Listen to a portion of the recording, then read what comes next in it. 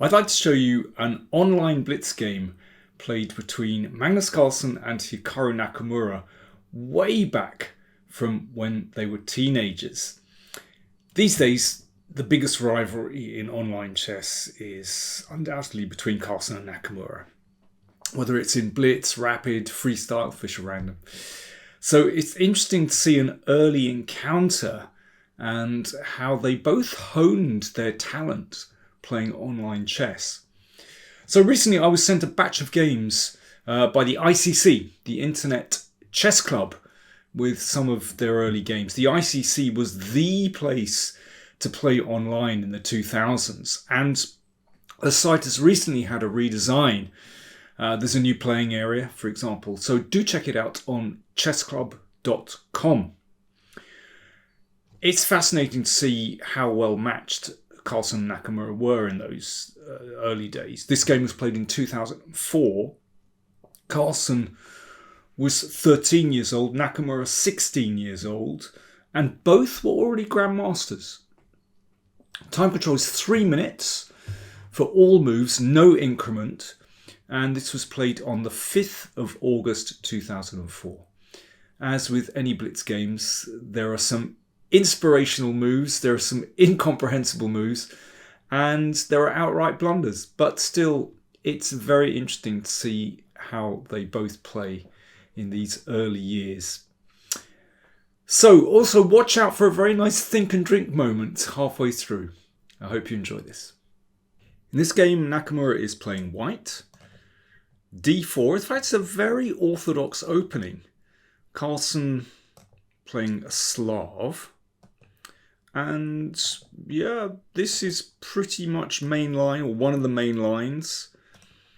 I mean, they played hundreds of games against each other. You know, even in these early years, their rivalry does really go back decades. And they obviously just enjoy sparring against each other. You know, they know each other so well. And in fact, you'll find a lot of these games, they're playing very unorthodox openings like e4, b6, or I mean some really wacky stuff. But yeah, this is pretty straight, I have to say. So in the Slav, black, in this particular variation, black gives up that strong point on d5, and it's essential that black breaks out with c5 to free this bishop. So just bear that in mind over the next few moves. You can see that black actually has c5 pretty well under control, so this c5 is looks like it's going to happen. But in the meantime, white strikes out in the middle of the board. So yeah, good or bad, c5 has to be played now. You know, if black waits around like this is dangerous, because suddenly white would get an attack like this. g6, bishop comes to a nice spot, and the knight switches around to either e4 or b3, and you can see how white starts to control that c5 square, and the bishop looks rotten on b7. So Carlsen, of course, understands this very well and plays c5. Now the only thing is, this does leave the king a little bit exposed for a moment or two. Nakamura exchanges and plays queen e2. One could push forward straight away, but queen e2 perhaps prepares to bring the rook here. Queen b6. Interesting that Carlsen is not castling yet. e5. And this is a battle of, this position is like a battle of the diagonals. You know, both players have fantastic bishops here. So who's actually going to take the initiative? Knight d5 played. So although this pawn has come to e5, which carves out territory, which is very nice if white wants to attack on the king side, it does give away that d5 square, and that knight is an absolute monster in the middle of the board. Knight g5, absolutely typical for these kind of positions. White needs to be able to bring the queen into the game, into the attack. h6. Now it's probably best just to swing the knight back to e4 straight away. Nakamura was tempted by the check. Now, I suspect that he was hoping that Carlsen would simply interpose with the bishop. And I think exchanging off these bishops, particularly that bishop on b7, is probably beneficial for white, because black doesn't get the same counterplay on this diagonal. And yeah, the queen can come to g4, and there's pressure here. You know, if you can force g6, then, you know, it weakens these squares. And I think white just has a very nice initiative there.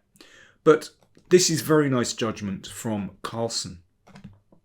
He played king e7. So although the king is displaced, he has connected the rooks.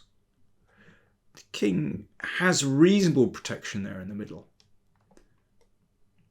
Watch how this pans out. Knight e4, rook d8. And of course, white has to waste time bringing that bishop back. Bishop c4 and rook c8. So yeah, you can see that Carlsen has gained time. Rooks beautifully placed on the open files. All black's pieces are in play. The king, is it a problem? Actually, no, because after queen g4, of course, that's great for white to bring the queen into play, attacking here. But of course, black does not need to play g6 here. Carlsen just slipped back king f8. And the pawn remains on g7, obviously protecting h6, but also f6. So it's very different from that other variation where the bishops were exchanged. Nakamura exchanges on c5 and plays b3. So he does have the two bishops. The question is, can he bring that bishop on c1 into play? You know, if you could somehow get it to d6, that would be wonderful. You know, maybe open up this diagonal. But not so easy. Knight e7. Carlsen takes the initiative. I like this move. Opens up everything. Opens up the d file. Threatens queen takes pawn. And Nakamura plays the bishop to b2, defending the pawn. Fair enough. But, you know, it's probably nice for Carlsen that the bishop is no longer on this diagonal. And the knight switches round to f5. Yeah, I mean, at this point, looks to me like Carlsen is perhaps a little bit better with black. But, yeah, it's still very open. Bishop d5. So you can see that, you know, Carlsen has this great positional sense already. This pawn doing a wonderful job of supporting the minor pieces. Right, well, here is where I'd like you to have a think. What would you play next with white? So Nakamura to play with white. You have a think. I'll have a drink. Cheers.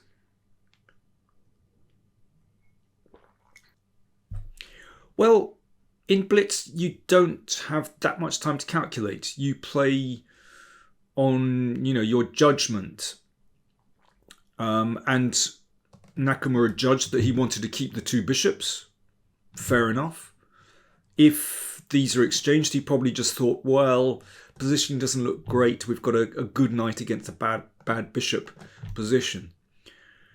But this is what Nakamura should have done. I hope you spotted this tactic. Winning the rook on c8 with a skewer. Ooh. It happens in Blitz. But yeah, Nakamura obviously thought, yeah, I need to keep the two bishops, and didn't even consider the exchange. Bishop d3. So that's a threat. The knight dropped back to e7. Queen e2. Yeah, Nakamura retrenching. And queen b6, stepping out of the open file. Rook c1. And an exchange, and knight g6. So this is what Carlsen is doing. He's switching around in order to bring that knight to an aggressive square on f4 or h4. And again, this is one of those moments where, you know, how do you deal with that threat? Well, Nakamura wanted to keep those two bishops and played g3, but as we're going to see, this has consequences because the long diagonal is weakened. He probably should have just compromised and exchanged off bishop for knight. It does leave that bishop in a dominant position, but actually, you know, at least the king side is secure, and actually, you know, Nakamura could get a little bit of play with the queen. It's probably about equal. But g3, this was a mistake, because after this, Carlsen seized control. It's so interesting to see how, you know, both players are thinking strategically rather than calculating. They don't have time to calculate to any great extent. And Carlsen is winning the strategic battle with the control of the long diagonal. This is just a lot of fun for black because, you know, there's potential on the d file. You know, this bishop, there are, you know, once this pawn is advanced, you know, all these squares are weak basically. And of course, always the threats on the long diagonal. There's always bishop h1 to consider. Queen f2. But at the moment, everything is okay. But this was just a blunder. Bishop takes b3. The bishop goes the other way. You know, Nakamura concentrating on this diagonal, and suddenly the bishop pops that way, and this bishop hangs. I mean, if pawn takes bishop, black's a pawn up. Huge positional advantage as well. So Nakamura put the bishop back on f1. Now, again, a very interesting moment. Carlsen rejected bishop takes pawn because after this, well, the bishop doesn't want to move back because of rook a7. And after b3, well, you can see, although black is 2 pawns up, that bishop is shut out of the game for a moment. And that's tricky. So Carlsen just decided to put the bishop back on d5. Very pragmatic. Good decision. Okay, this bishop gets into the game, finally. But it's too late, and that's a very nice pin. Queen d2. Knight f5. This can't be taken because of the pin, so the knight just comes to a nice position and out of the bishop's attack. An exchange, and now that pawn drops. Very safe pawn now. Safe. Extra 2 pawns, and the pawn, the b pawn, just rolls through, and here Nakamura resigned with white. I just find it very interesting how strategic considerations were in the front of the players' minds rather than the tactics, you know, in this position.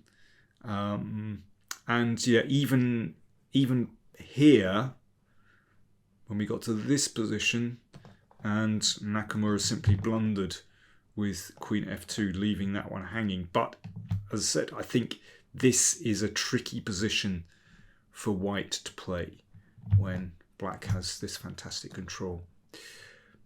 Hope you enjoyed that. I mean, I do find it very interesting looking at these early games. I'm going to show you in a new video. I'll show you another of these games from back in 2004. Thanks for watching.